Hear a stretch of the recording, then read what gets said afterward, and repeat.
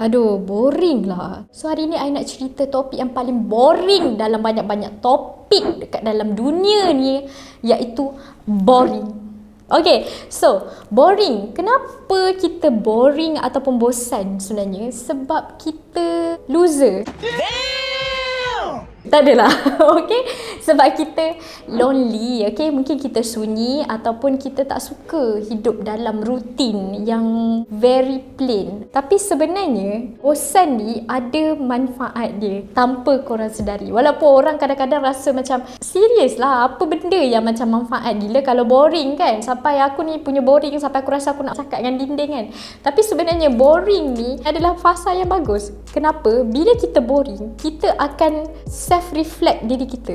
Itu adalah masa yang kita ada, yang kita allocate untuk diri kita sendiri, untuk kita fikir apa kesalahan-kesalahan yang kita pernah buat, apa decision yang pernah kita buat, macam bad decision ataupun good decision. Dan juga bila dalam tempoh boring itulah sebenarnya banyak benda-benda genius yang datang. Perasan tak, kalau kita nak cari idea, kadang-kadang idea ni muncul bila time kita boring.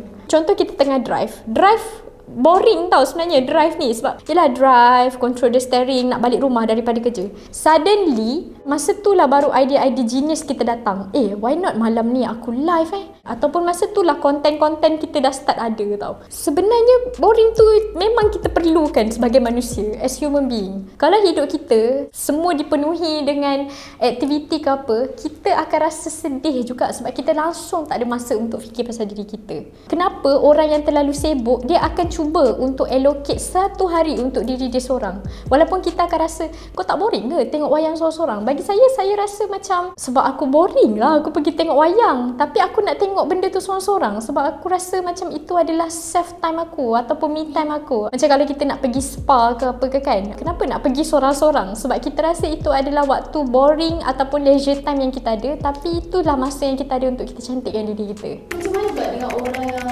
24/7 boring tapi dia tak tahu nak buat apa?